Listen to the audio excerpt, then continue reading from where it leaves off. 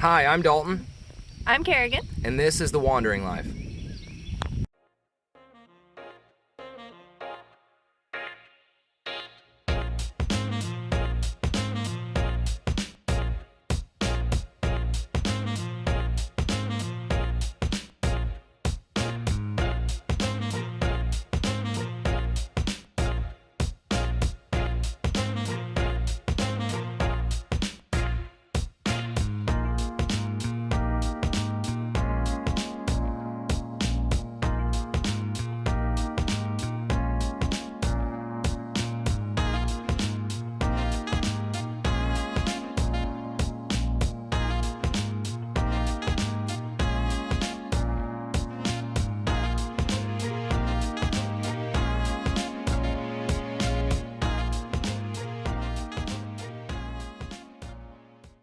So for everyone wanting to know step-by-step process for the pallet walls that we're doing, obviously they start off on the pallet. What we do is take a jigsaw and we cut the ends, these ends off. We just cut them all off and then do that to both sides. And then what you're left with is this. You pry off the boards from the center, take out the nails, and then we measured the length that we need. All of these are measured and not cut yet. Let's see if I can find one. Here you can see the pencil marks. This one we can actually get 2 boards out of because it's long enough. Your bus may be different, you know, depends on how much wall you're trying to cover.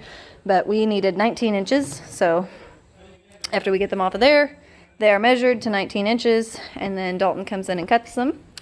And then you're left with this 19-inch board.